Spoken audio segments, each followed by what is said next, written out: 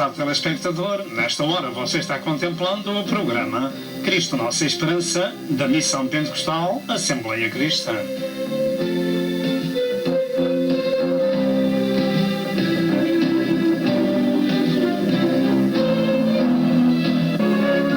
O alvo deste programa é a glória de Deus e a salvação da sua alma.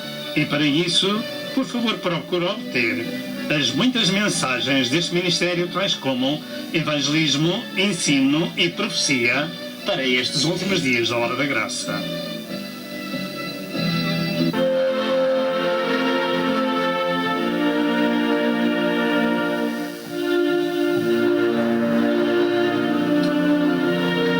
Prepare-se para o iminente evento universal que é o arrebatamento da Igreja de Cristo, a fim de evitar passar pela grande tribulação. E agora, dentro de momentos, vamos assistir à mensagem.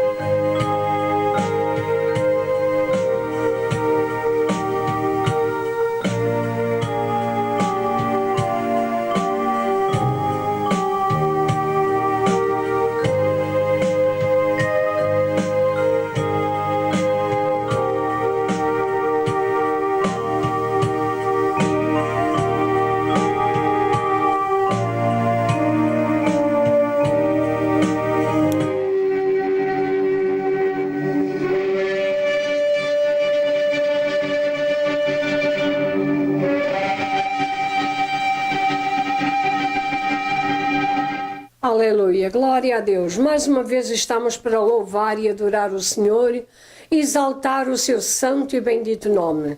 Deus é bom, Ele tem sido maravilhoso para conosco e é bom para com todos aqueles que o temem. Glória ao nome do Senhor.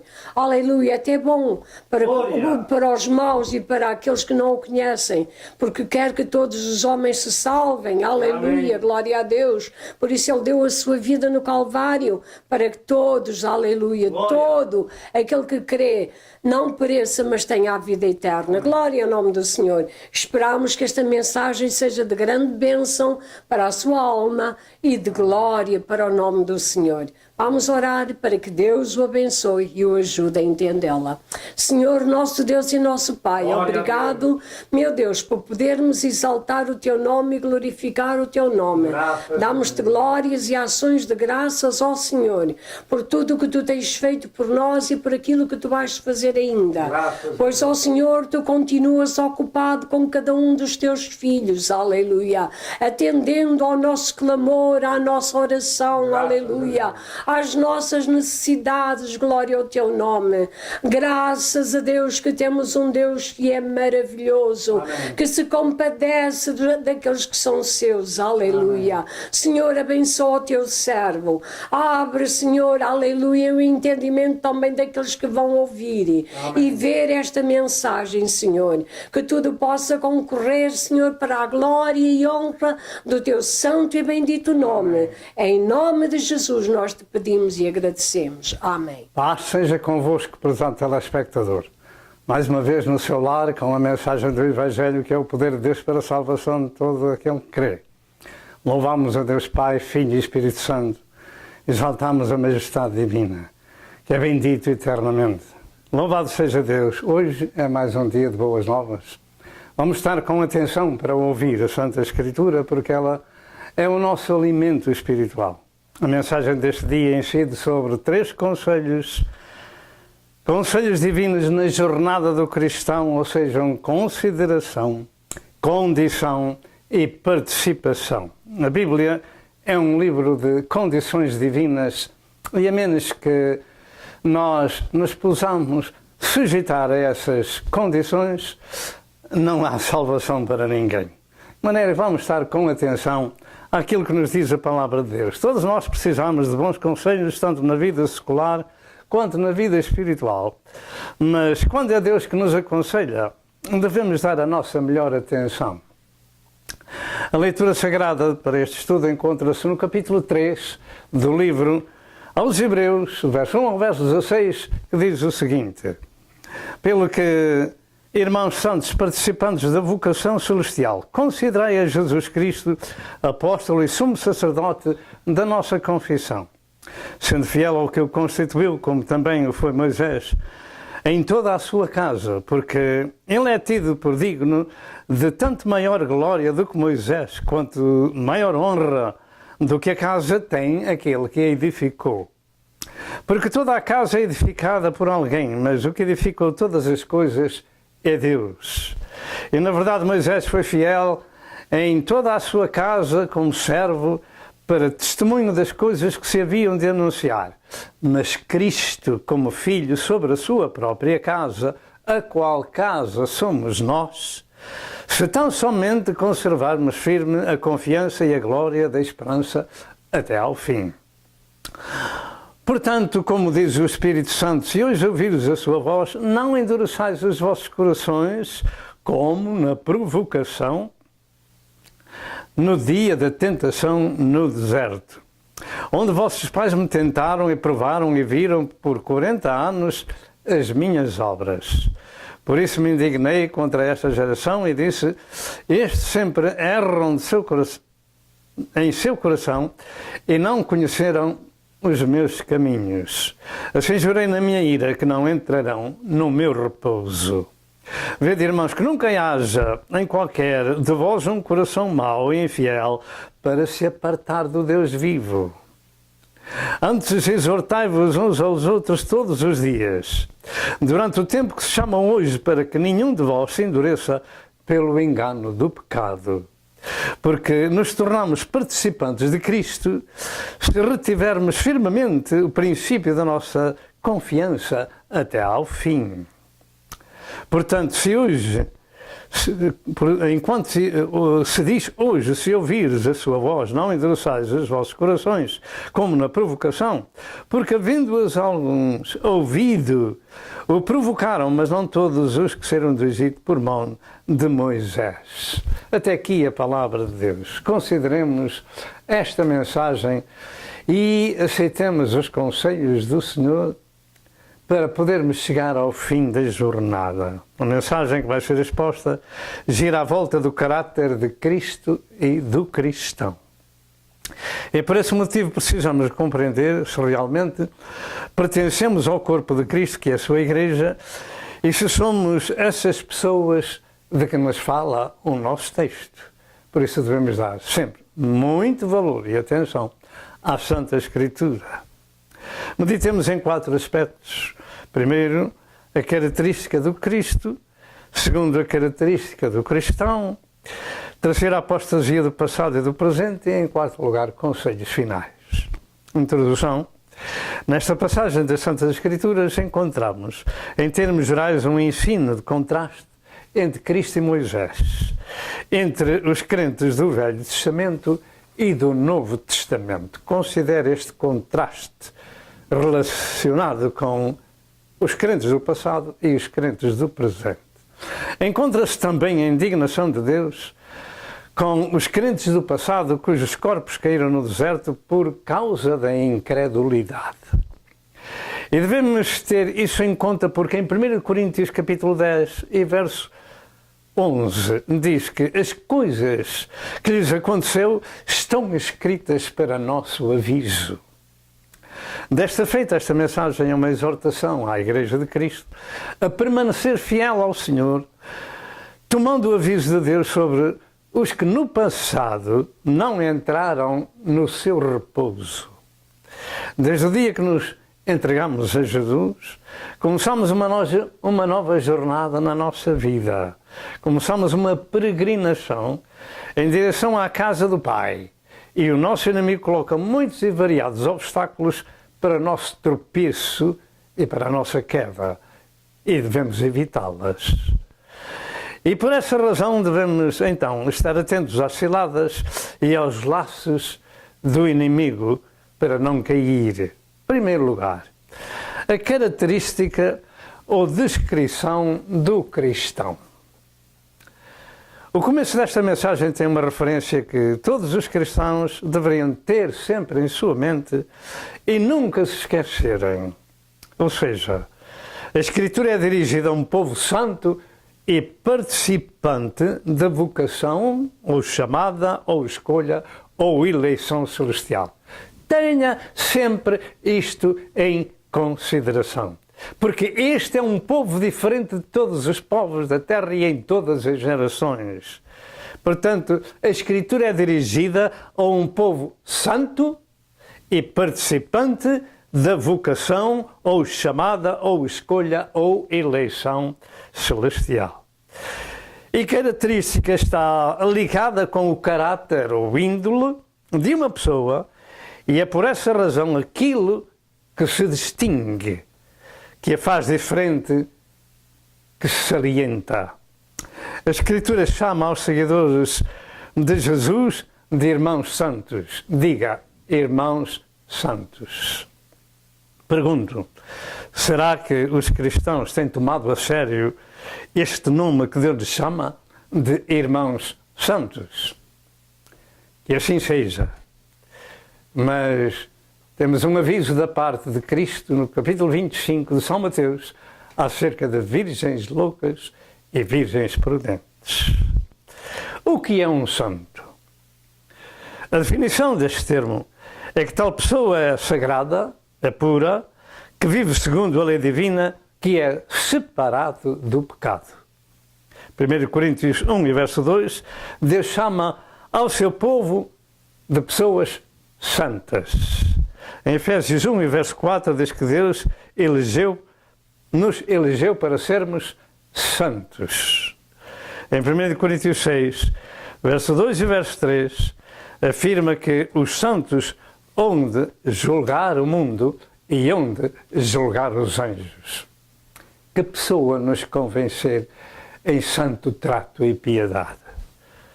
Pergunto, como se faz um santo? Vamos compreender primeiro que um santo não é uma estátua ou alguma imagem religiosa do passado ou do presente. Não é alguma pessoa que os homens declaram santos e o veneram, de forma alguma.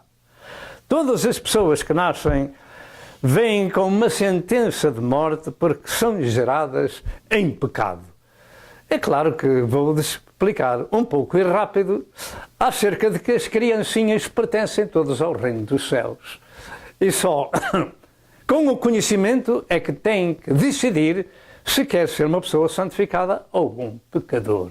Se quer ser um filho de Deus ou um filho dos homens e, naturalmente, deste mundo e de Satanás. Segundo a Bíblia, não há um justo nem um sequer, porque pecaram e destituídos estão da glória de Deus. Romanos 3, verso 10 e verso 23. Romanos 5 e verso 12 afirma que por um homem entrou o pecado no mundo, pelo pecado a morte, assim a morte passou a todos os homens, por isso que todos pecaram. E enquanto crianças não temos um conhecimento do pecado, como já foi dito, e pertencemos ao reino de Deus, o que não acontece quando chega a idade da razão, que temos que discernir o que é de Deus e o que é do diabo. Louvado seja Deus! Quando vem a idade da razão, precisamos de nascer de Deus, precisamos de nascer do Espírito, precisamos de tomar o caminho da separação do pecado e sermos então santificados. E é este povo que o Senhor chama irmãos santos, segundo a chamada vocação ou eleição. Mas enquanto pecadores destituídos, temos essa característica. Mas um santo não tem esta característica, nem esta figura, nem esta situação pecaminosa destituído da glória de Deus. Não, porque entrou por outro caminho, pelo caminho da obediência à palavra do Senhor. Pergunto, o que aconteceu então à pessoa para que Deus lhe chame de irmão santo e de santos? A resposta é que tais pessoas, como já foi dito, nasceram de novo, nasceram do Espírito, foram geradas por Deus, foram geradas pela palavra de Deus. Tais pessoas deixaram-se moldar pelo divino oleiro e ficaram feitos vasos para o honrar. E são três as bases principais, espirituais, que Deus usa para que se gere um santo, uma pessoa santificada. Em 1 João 1, verso 2, verso 12 e verso 13 diz que Deus os fez filhos dele, quando aceitamos a Cristo como nosso Senhor e Salvador. Deus os fez seus filhos. E em 1 João 3, verso 1, diz que fomos feitos e chamados filhos de Deus. Aí começa as pessoas a serem santificadas, são chamadas, ouvem a palavra, apartam-se do pecado e seguem a Cristo, seguem a Deus, seguem a palavra de Deus e são naturalmente, como a Bíblia Sagrada chama, de santos ou pessoas santificadas, e o mundo está cheio deles. Não está cheio de estátuas, está cheio de pessoas vivas que são santificadas, que nasceram de novo. Em segundo lugar, em João 3, 1-7 diz que nasceram da água e do Espírito, nasceram de novo, nasceram de Deus. 1 Pedro 1 e verso 3 diz que foram geradas de novo. Uma pessoa que é gerada de novo passa por uma experiência de transformação, de metamorfose, deixa uma vida velha e segue a vida nova, como está escrito em 2 Coríntios 5, verso 17. As coisas velhas já passaram e eis que tudo se fez de novo. Diz em 1 Pedro 1 e verso 23 que foram geradas pela semente incorruptível, viva e que permanece para sempre. Foram gerados pelo Evangelho. Diz a palavra de Deus em 1 Coríntios 4, verso 15. Esta é a semente incorruptível. A palavra do Senhor.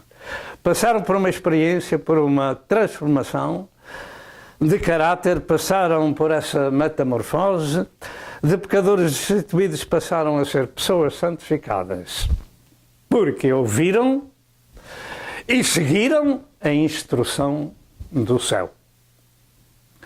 Deixaram servir a um Senhor que os destruía e os levava à condenação eterna e seguiram a Cristo que os salvou na sua morte vicária no Calvário. Lucas 19, verso 10. E nos regenerou. Tito 3, verso 4 e verso 5. E em Hebreus 13 e verso 12 diz que Jesus, para santificar o povo pelo seu sangue, padeceu fora da porta. De maneira que somos separados, regenerados, santificados pela palavra de Deus, pelo sangue de Cristo e pelo Espírito do nosso Senhor. E aí temos uma pessoa transformada e diferente. Essa experiência começou com uma decisão. Teve as suas lutas da sua conversão, mas apartou-se do mundo e tornou-se um cristão, seguindo as santas instruções da palavra de Deus, e o facto aconteceu. E desde o Velho Testamento que Deus vem a falar aos homens para tomarem essa decisão de serem santos, pessoas diferentes para serem família de Deus. No livro de Levítico diz Deus: santificai-vos e sede santos, porque eu, o Senhor Deus, sou santo. Realmente só podemos ser filhos de Deus por adoção e regeneração através da palavra de Deus, através da obediência. Levítico 19, verso 2 e Levítico 20, verso 7. Há muito tempo, há milénios, que Deus já começou a falar às gerações primitivas acerca deste assunto. Queremos ir para o céu, queremos estar um dia no céu da glória. Este livro fala-nos tanto de céu, que há na casa do Pai coisas maravilhosas, e o inferno, que espera todos aqueles que são desobedientes, e sofrimento eterno. Gozo eterno é na casa do Pai. De maneira que queremos ir para lá, temos que tomar esta decisão de obedecer às prerrogativas divinas. Louvado seja o nome do Senhor. Em 1 Pedro 1, verso 15 e verso 16, afirma estas palavras: mas como é santo aquele que vos chamou, sede vós também santos em toda a vossa maneira de viver, porque escrito está: sede santos, porque eu sou santo. Este povo santificado, separado do pecado, é a família de Deus. São o corpo de Cristo, é a sua igreja. E essa santificação tem que acontecer em 3 partes que compõem o homem. Ou seja, no espírito, na alma e no corpo. O homem também é uma trindade e tudo tem que ser santificado, como diz em 1 Tessalonicenses 5 e verso 3. Espírito, alma e corpo. O mesmo Deus de paz vos santifica em tudo.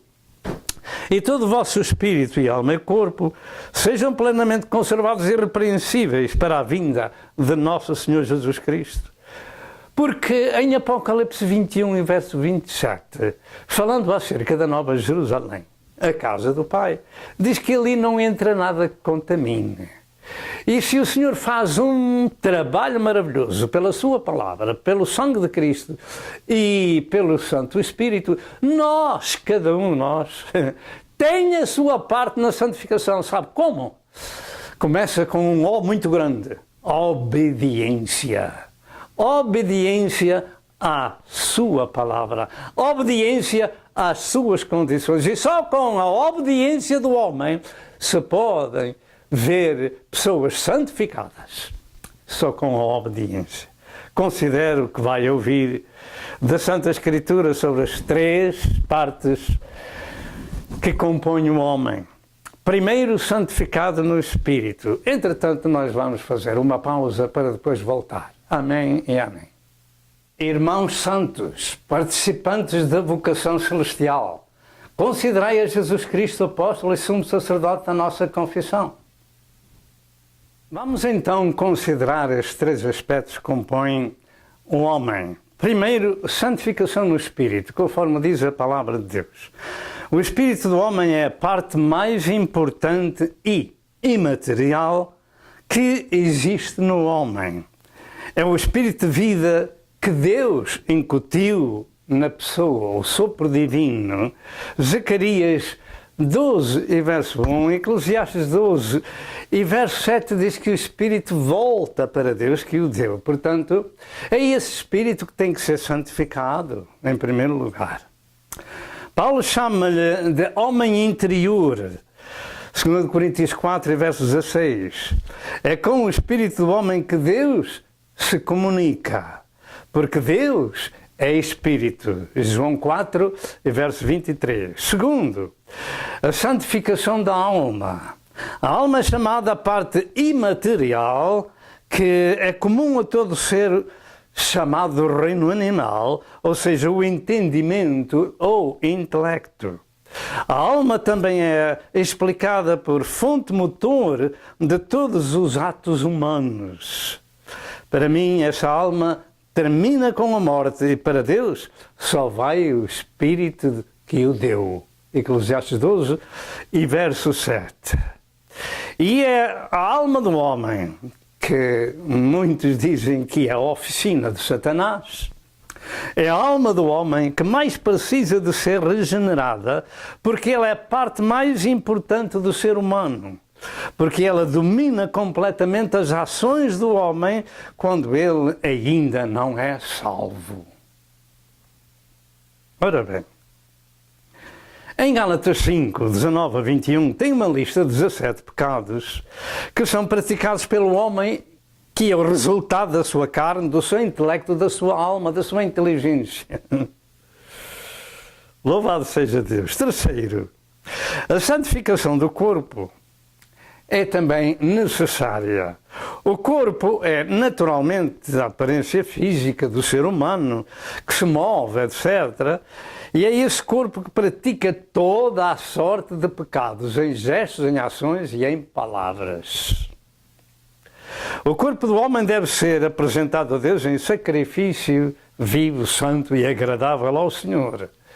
Romanos 12, verso 1. E finalmente, os nossos corpos não são de nós próprios, mas sim deve ser o templo do Espírito Santo. E se é o templo do Espírito Santo, então todas as palavras, gestos e ações têm que ser medidas de acordo com aquele que está cá dentro. Porque aquele que está cá dentro é santo. Então o Senhor diz: sede santos, porque eu sou santo. Finalmente, os nossos corpos não nos pertencem a nós próprios, porque fomos comprados por bom preço, os quais pertencem a Deus. 1 Coríntios 6, 19 e 20. Todos nós precisamos de compreender que entre todas as pessoas humanas existem entre elas dois tipos, duas camadas, ou seja, os naturais e os espirituais. Os naturais são as pessoas que foram geradas apenas pelos homens. Os espirituais são todos que já foram também gerados por homens, mas passaram por uma regeneração. Nasceram de novo, nasceram espiritualmente, foram gerados por Deus e pela sua palavra. E por esta causa os primeiros não compreendem os segundos, os naturais não compreendem os espirituais. 1 Coríntios 2, 14 a 16, Paulo chama de homem natural e homem espiritual, e um não compreende o outro. Mas o espiritual discerne tudo muito bem. A vida do intelecto, a vida da carne, é a vida oposta à vida espiritual que Deus dá. A primeira é carnal, natural, leva o homem à corrupção e à condenação eterna. A segunda leva-nos à santificação e, por fim, à vida eterna com Deus no céu. Assim, a este grupo de pessoas regeneradas, a palavra de Deus chama-lhe de irmãos santos e participantes da vocação ou chamada ou escolha celestial. E esta vocação, ou chamada, ou escolha, que Deus opera nas pessoas, ela vem por ouvirem a palavra de Deus. É o primeiro passo. Romanos 10, 17 está escrito que a fé vem por ouvir a palavra de Deus. E está ao alcance de todas as pessoas. E eu digo de todas as pessoas porque Deus não quer que ninguém se perca, mas que todos se salvem, porque Jesus morreu por todos para nos salvar. Portanto, está ao alcance de todas as pessoas, mas são as camadas mais humildes da terra a quem Deus se revela mais.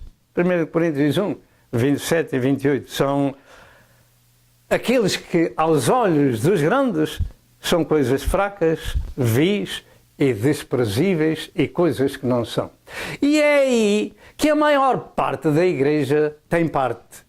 Ou por outra, a maior parte desse povo compõe a igreja, o corpo de Cristo. Pergunto, você já pertence a esta vocação celestial, como nos chama a palavra de Deus, irmãos santos?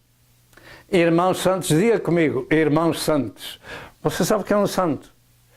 Em poucas palavras, eu vou lhe dizer o que é um santo. Um santo é uma pessoa apartada do pecado. É só. Ah, é? Pois é. É apartado do pecado, não pratica o pecado, portanto é uma pessoa salva e santificada. Agora, a dificuldade está em se apartar do pecado e seguir a Cristo.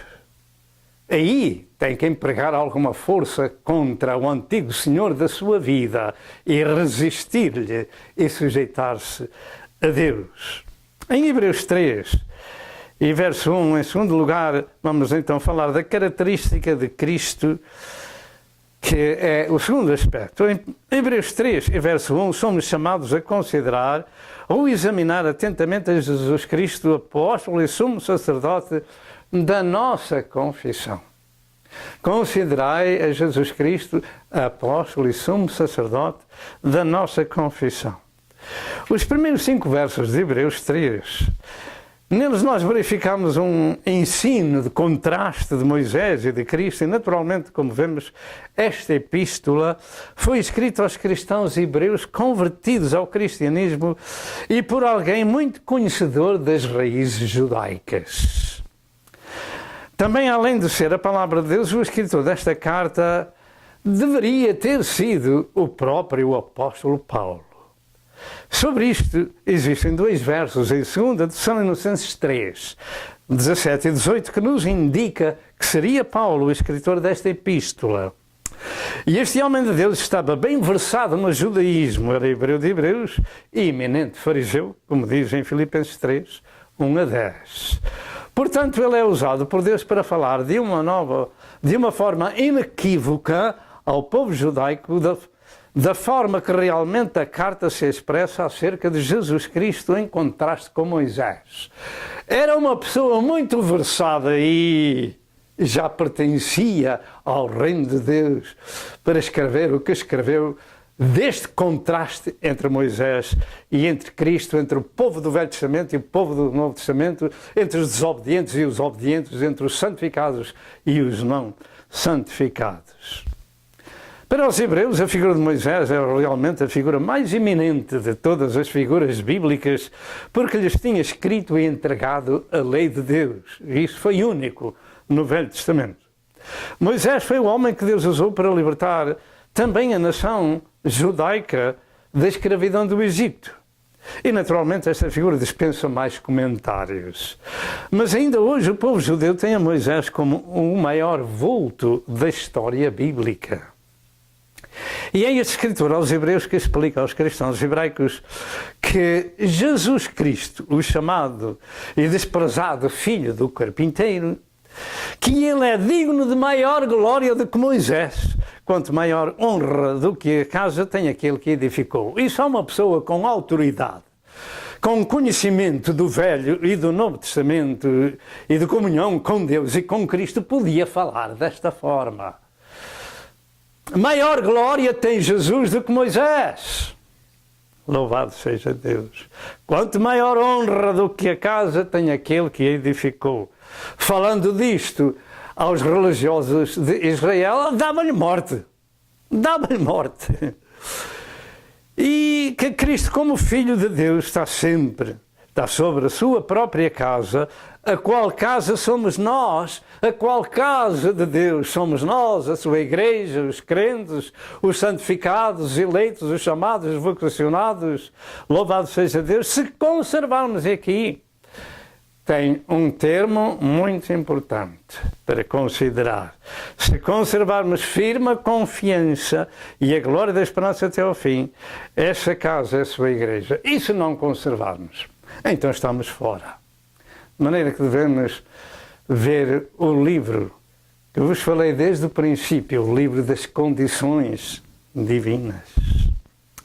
Moisés era grande, mas Cristo é muito maior. Podemos dizer amém. E todos nós somos chamados a considerar, a reputar e a dar atenção a esta santa figura, porque Moisés era filho de homens, mas Jesus era filho de Deus. Moisés era da terra, Jesus veio do céu.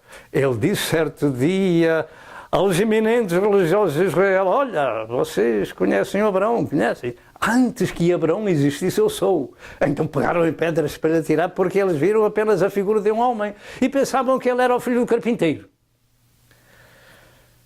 Antes de Moisés, que Abraão existisse, eu sou. E ele continua sendo o eu, o grande eu sou.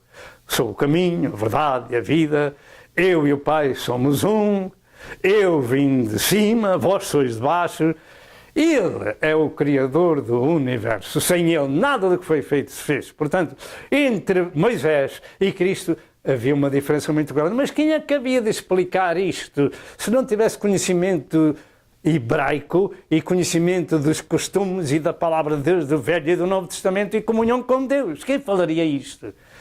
Devia ser um homem muito versado. Louvado seja o nome do Senhor.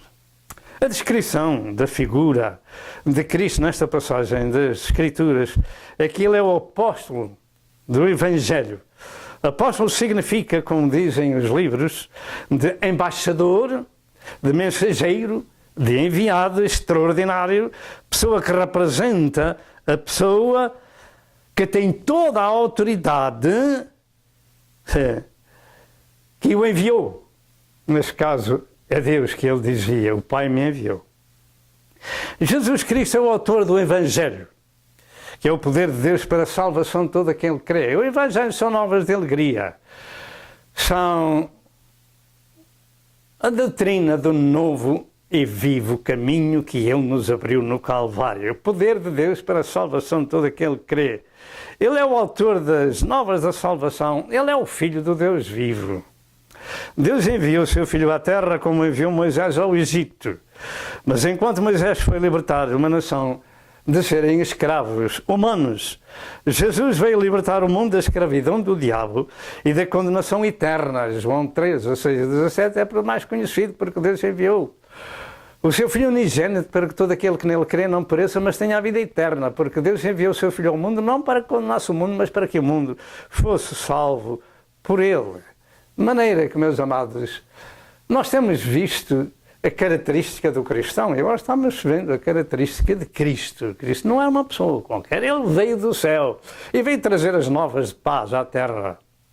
Em Lucas 9, verso 48, Jesus disse: qualquer que receber este menino em meu nome, a mim me recebe, e qualquer que me recebe a mim, recebe aquele que me enviou. E também em Lucas 10, verso 16, afirma: quem vos ouve a vós, a mim me ouve. E quem vos rejeita a vós, a mim me rejeita. E quem me rejeita a mim, rejeita aquele que me enviou. De maneira que este livro das condições é um livro de ensino e é para receber e guardar em nossos corações. Nós estamos ouvindo apenas um homem, então, estamos ouvindo apenas um servo de Deus, mas estamos ouvindo a palavra de Deus. Estamos representando aquele que nos enviou. Louvado seja Deus. E rejeitando aquilo que o Senhor nos dá, nós estamos rejeitando a Cristo e a Deus Pai. Mas Jesus também foi apresentado aos hebreus como o apóstolo e sumo sacerdote da nossa confissão. O apóstolo já foi descrito como enviado do céu com as novas de grande alegria. Mas também o título de sumo sacerdote lembrava aos hebreus a sua autoridade e trabalho, que eram únicos nas coisas espirituais entre Deus e o homem. O sumo sacerdote era o homem mais elevado do sacerdócio judaico. Ele era o principal, ele era o mediador do homem perante Deus. O primeiro sumo sacerdote, chamado Arão, foi solenemente separado e consagrado a Deus. E tinha um sacerdócio hereditário.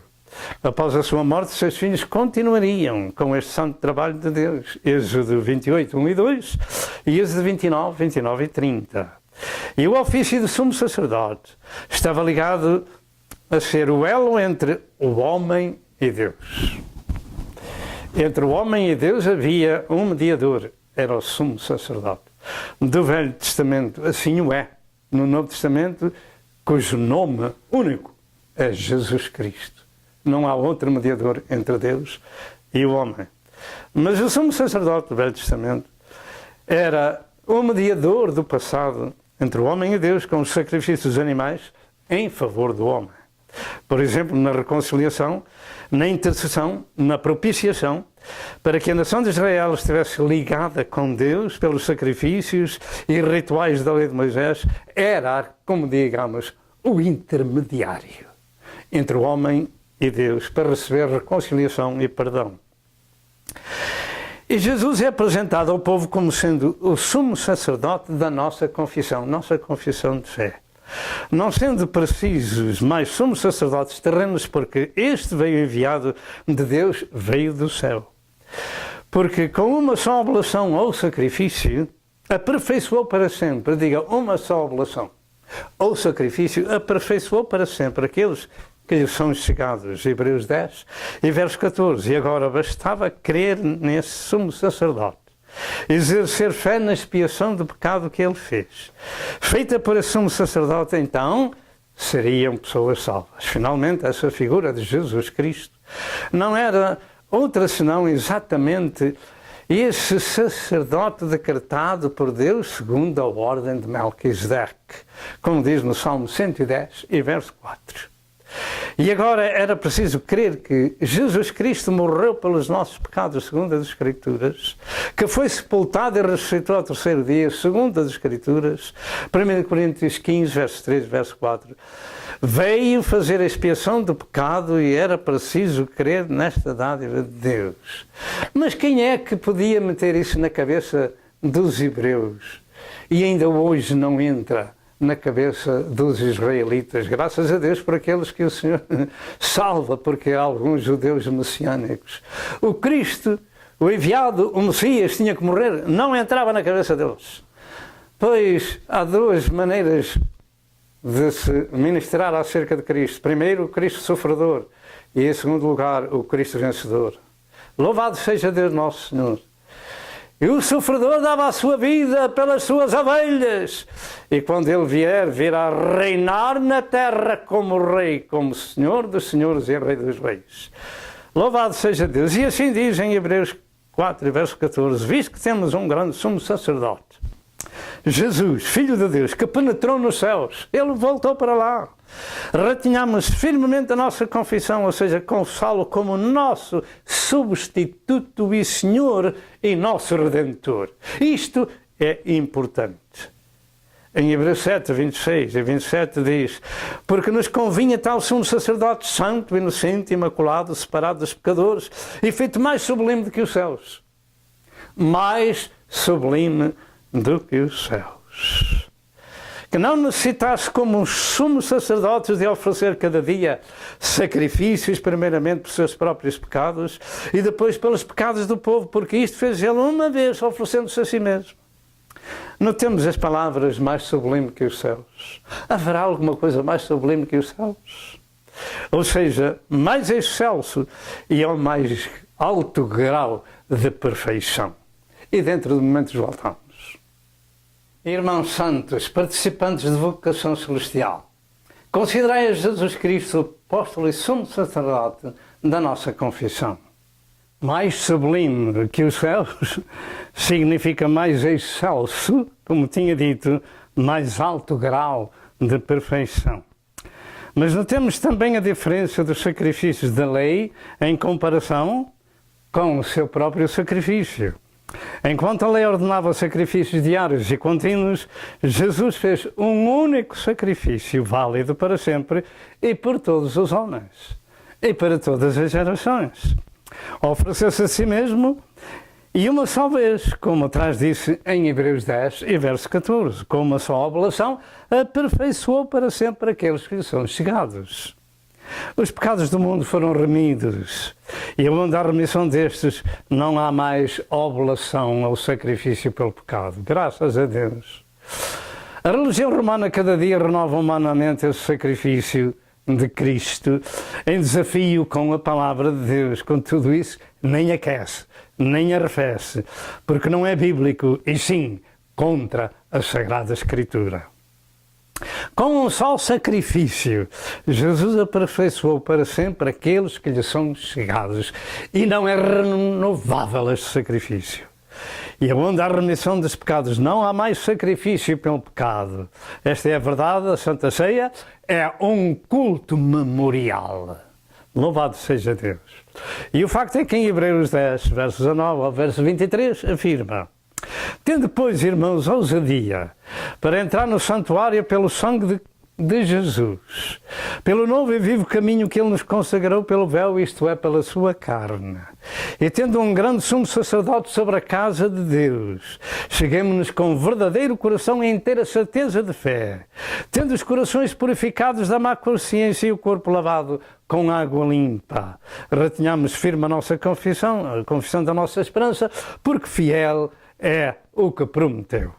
Este glorioso Cristo de Deus é o único Salvador do mundo. Ele veio buscar e salvar o que se havia perdido. Diz também em Atos capítulo 5, verso 31, que Deus com a sua destra o elevou a príncipe e a salvador para dar a Israel o arrependimento e a remissão dos pecados. Em Hebreus 9, verso 11 e verso 12 afirma: mas vindo Cristo, o sumo sacerdote dos bens futuros, por um maior e mais perfeito tabernáculo, não feito por mãos, isto é, não desta criação, nem por sangue de bodes e bezerros, mas pelo seu próprio sangue, entrou uma vez no santuário, efetuando uma eterna redenção. Diga eterna redenção, não renovável. Uma eterna salvação feita uma vez só. Porque Cristo não entrou num santuário feito por mãos, figura do verdadeiro, porém no mesmo céu, para agora comparecer por nós perante a face de Deus, diz em Hebreus 9 e verso 24. Ele é o sumo sacerdote da nossa confissão. Este glorioso sumo sacerdote tem no céu também este santo ministério de intercessor. Aliás, é o único mediador entre Deus e os homens e quer salvar todos os homens, como diz em 1 Timóteo 2, verso 4 e verso 5. Não existe outro Salvador, nem outro mediador, nem outro caminho para Deus, só Jesus Cristo, Filho de Deus vivo, conforme está escrito em Atos 4 e verso 12, porque debaixo do céu nenhum outro nome há dado entre os homens pelo qual devamos ser salvos, somente pelo nome de nosso Senhor Jesus Cristo. O mundo religioso anda cego com ensinos humanos. O facto é que diz ainda em Hebreus 7, 25 estas palavras: portanto, pode salvar perfeitamente os que a ele chegarem, chegam a Deus, vivendo sempre para interceder por eles. Graças a Deus. Consideremos quem é Jesus, aceitemos o que ele fez por nós na cruz do Calvário e tomemos a decisão de o ter como nosso Senhor e Salvador e sumo sacerdote da nossa confissão. E esta confissão é o assunto mais importante do cristianismo, porque ela está na base de crer ou descrer de Jesus. Está na base de aceitar ou negar quem Ele é. Sem esta confissão não há salvação para ninguém. E antes que me esqueça, deixe-me dizer que todo aquele que não confessa que Jesus Cristo veio em carne, esse não é de Deus. O facto desta confissão de fé é um imperativo divino, porque a nossa salvação depende dela. Foi isto que escreveu São Paulo em Romanos, capítulo 10, verso 9 e verso 10, que diz o seguinte: a saber, se com a tua boca confessares ao Senhor Jesus e em teu coração creres que Deus o ressuscitou dos mortos, serás salvo. Boca, confissão, para confessar, coração para crer. Serás salvo. Visto que com o coração se crê para a justiça e com a boca se faz confissão para a salvação. Isto é o mais importante que pode haver num homem, numa mulher que ouve a palavra de Deus. É crer e confessar. Isto é muito fácil, pastor. É muito fácil dizer. O que não é fácil é manter aquilo que diz. E aí a história da salvação e da santificação começa. Louvado seja Deus nosso Senhor. Jesus afirmou: portanto, qualquer que me confessar diante dos homens, eu o confessarei diante do meu Pai que está nos céus. Mas qualquer que me negar diante dos homens, eu o negarei também diante do meu Pai que está nos céus. Mateus 10, 32 e 33. Portanto, isto é importante para a salvação. Sem ela, não há salvação para ninguém. Temos considerado, examinado e concluído quem é realmente este glorioso apóstolo e sumo sacerdote da nossa confissão. E agora precisamos tomar a decisão de o confessar, de o servir e assim sermos aquelas pessoas santificadas que a Bíblia nos fala. Irmãos santos, louvado seja Deus. Jesus Cristo não é somente o apóstolo e sumo sacerdote na nossa confissão, mas Ele próprio é Deus revelado em carne. Este glorioso Senhor, Ele é o próprio autor da vida e da criação. As Santas Escrituras afirmam que sem Ele nada do que foi feito se fez. Portanto, esta confissão é muito importante. Nós estamos confessando um homem, nem o nome de um homem. Estamos confessando o nome da Trindade, do Filho de Deus. Louvado seja o nome do Senhor. Assim dizem João 1:4. No princípio era o Verbo, e o Verbo era Deus. E Ele estava no princípio com Deus. O Verbo, a palavra, Jesus Cristo, Ele era Deus. Todas as coisas foram feitas por Ele, e sem Ele nada do que foi feito se fez. Nele estava a vida, e a vida era a luz dos homens. E diz o verso 10, estava no mundo, e o mundo foi feito por Ele, e o mundo não o conheceu.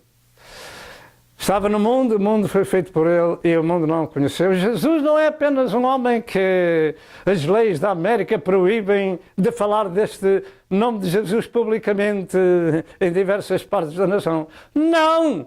Jesus é Deus! Ó Senhor Presidente da América, e aos senhores do Senado e senhores do Congresso, aqueles que não creem. Sem Jesus nada do que foi feito se fez! Louvado seja Deus, Ele é o autor da vida. E disse, ninguém vem ao Pai senão por mim. Louvado seja o nome do Senhor. Em João 17, verso 4 e verso 5 afirma, eu glorifiquei-te na terra, tendo consumado a obra que me deste a fazer, e agora glorifica-me tu, ó Pai, junto a ti mesmo com aquela glória que eu tinha antes que o mundo existisse. Diga comigo, glorifica-me com aquela glória que eu tinha antes que o mundo existisse. Confesse isto. Confesse quem é Jesus. Deus revelado em carne. Louvado seja Deus. Jesus é esse Senhor. E só dessa forma Ele podia expiar o pecado do homem com o seu próprio sangue. Deus nos resgatou com o seu próprio sangue, está escrito assim em Atos 20 e verso 28. Terceiro aspecto, a apostasia do passado e do presente.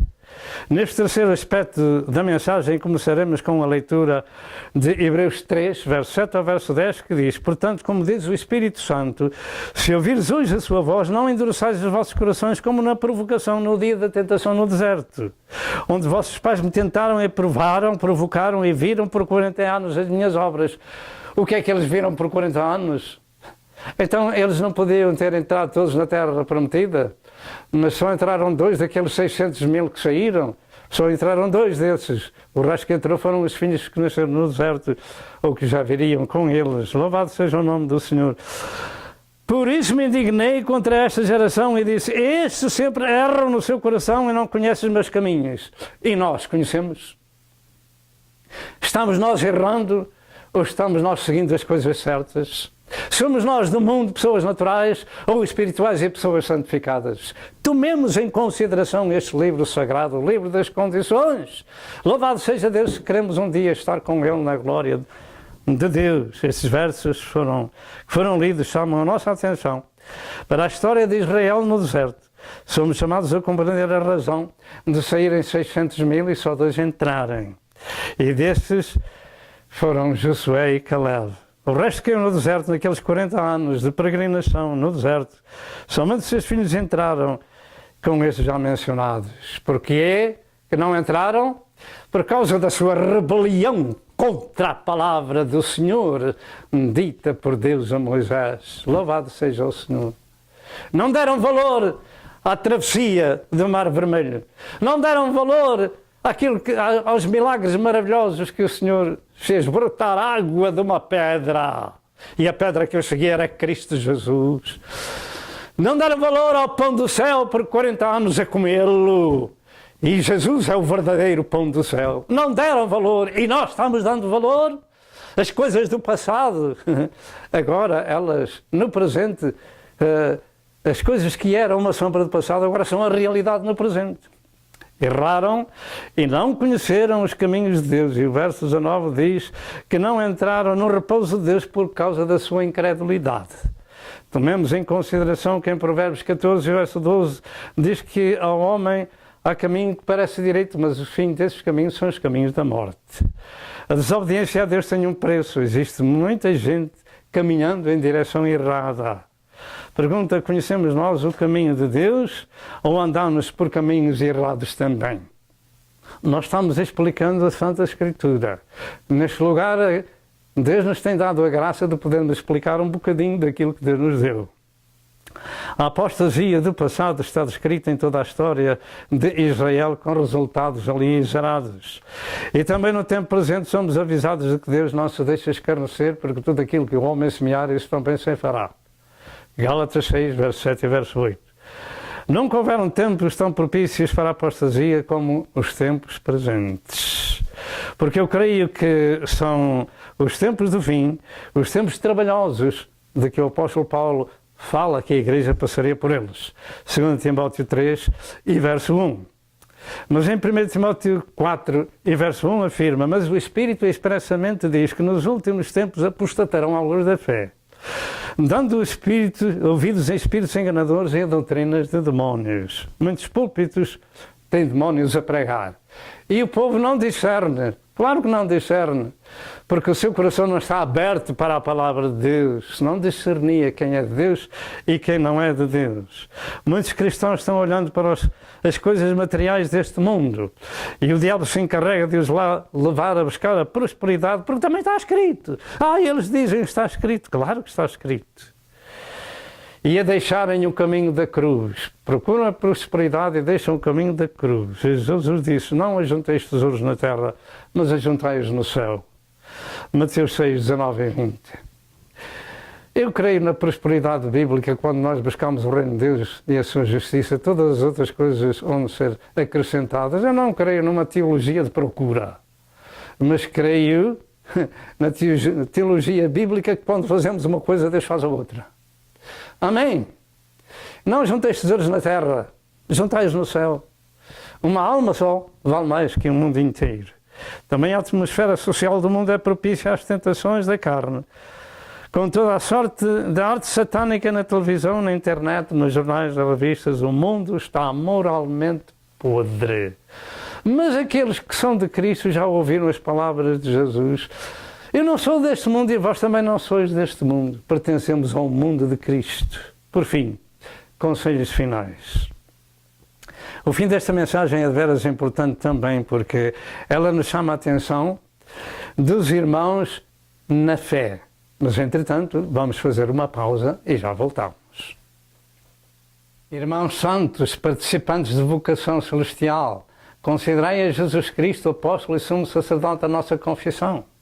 Vamos então considerar conselhos e condições para terminar esta mensagem. Temos compreendido o caráter de Cristo, o caráter do cristão, sua vida, a comparação entre a lei de Moisés, a graça, o sacrifício da lei, o sacrifício de Cristo, os irmãos santos e aqueles que não são, o povo normal e o povo santificado, etc., etc., os naturais e os espirituais.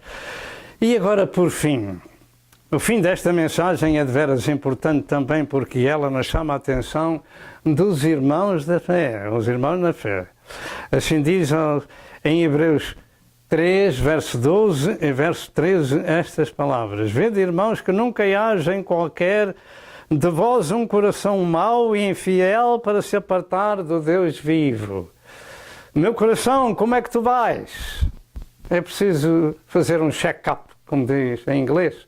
Cada dia que passa, que nunca haja em vós um coração mau e infiel para se apartar do Deus vivo. Antes, exortai-vos uns aos outros todos os dias. Será que nós somos capazes de aceitar uma exortação de um irmão que nos chama a atenção ou de uma irmã? Ou ficamos enraivecidos com a exortação? Não devemos ficar. Devemos antes dar graças a Deus e graças ao irmão por nos chamar a atenção de algum ponto fraco da nossa vida. Louvado seja Deus. Portanto, exortai-vos uns aos outros todos os dias durante o tempo em que se chamam hoje, para que nenhum de vós se endureça pelo engano do pecado. Engano do pecado. Há muita coisa que parece que não é pecado e é pecado. Louvado seja Deus. A Bíblia é um livro de condições e conselhos divinos. E eu posso fazer uma pergunta: como vai o seu coração e o seu espírito? Jesus avisou em Mateus 15, versos 19 e verso 20, que do coração do homem procedem os maus pensamentos, mortes, adultérios, prostituições, furtos, falsos testemunhos, blasfémias, e estas coisas contaminam o homem porque sai do coração. É isto que Satanás tem feito na humanidade. Quando as crianças passam da criança para a sua juventude, começa aí Satanás a trabalhar na mente das crianças, e alguém lhe chama que é a oficina de Satanás. E ela precisa ser libertada, precisa ser salva, precisa de ser santificada, essa pessoa. Em Provérbios 21, verso 4, diz: olhar altivo, coração orgulhoso e até a lavoura dos ímpios é pecado. E no Salmo 101, verso 4, afirma também: um coração perverso se apartará de mim, não conhecerei o homem mau. Vede, irmãos, que nunca haja em vós um coração mau e infiel para se apartar do Deus vivo. Só nos tornamos participantes de Cristo por estas condições. Exortai-vos uns aos outros todos os dias. Mas quem suporta a correção e a exortação? Sabemos nós o que isso significa para as nossas vidas. Significa prevenção. Diga prevenção. Leia em sua casa capítulo 12 aos Hebreus, verso 1 ao verso 12, onde diz que Deus corrige o que ama e açoita aquele que recebe por filho. Se recebemos a correção, o açoite, somos chamados filhos. Se não aceitarmos, somos bastardos. Louvado seja Deus. E essa correção é para sermos participantes da sua santidade. Esta é a realidade. A condição para sermos participantes de Cristo, temos que reter o princípio da nossa confissão até ao fim. Verso 14 diz: porque nos tornamos participantes de Cristo, se retivermos firmemente o princípio da nossa confiança até ao fim. Esta é a condição. Não é bom começar dando passos em direção à cruz, é preciso chegar lá. Usa dizer-se que o fim de uma milha começa com o primeiro passo. Não é bom começar a vida cristã somente, é bom terminá-la, chegar ao fim. E nós temos chegado ao fim também desta mensagem. Agradecemos a Deus a exortação que nos dá. Irmãos santos, participantes da vocação, da chamada celestial, retenhamos a firme convicção e a esperança de que Cristo Jesus é o nosso apóstolo e sumo sacerdote da nossa confissão. E nós aqui o confessamos como Filho do Deus vivo, que veio em carne neste mundo, deu a sua vida para salvar os pecadores, ressuscitou ao terceiro dia pelo poder de Deus Pai e está à destra do Pai intercedendo por nós e há de vir como para o céu foi. É você uma pessoa salva? Se não é, nós vamos fazer uma oração por si. É você uma pessoa santificada, pertence àquelas palavras irmãos santos? Tanto melhor. Que o Senhor vos abençoe. Vamos orar por todos. Senhor Deus e Pai, em nome do nosso Senhor Jesus Cristo, nós colocamos diante do Senhor todas estas almas que tenham ouvido a Santa Escritura, para que tomem uma decisão na vida, para que busquem a Deus enquanto se pode achar. E ao teu povo, Senhor, guarda-os santificados para que possamos um dia estar no lar da glória de Deus. Em nome de Jesus pedimos e agradecemos. Amém. E agora você procura na sua área uma igreja evangélica onde se prega um novo nascimento espiritual. E aí dê o seu coração a Jesus para ser também uma pessoa a quem Deus chama de irmãos santos. Que o Senhor vos abençoe e até outra vez, se Deus quiser. Amém e amém.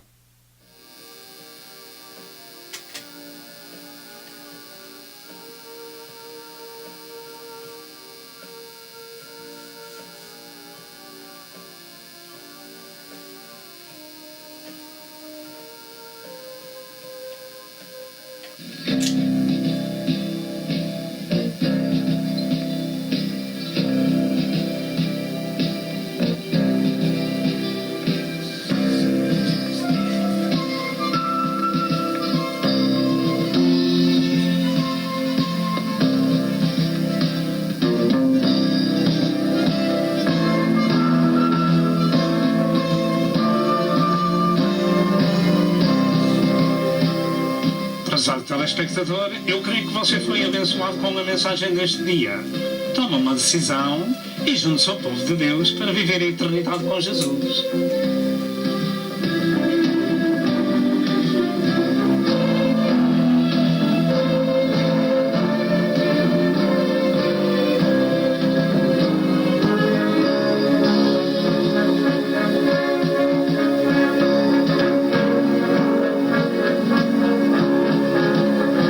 Por favor, telefone para Pastor Sousa.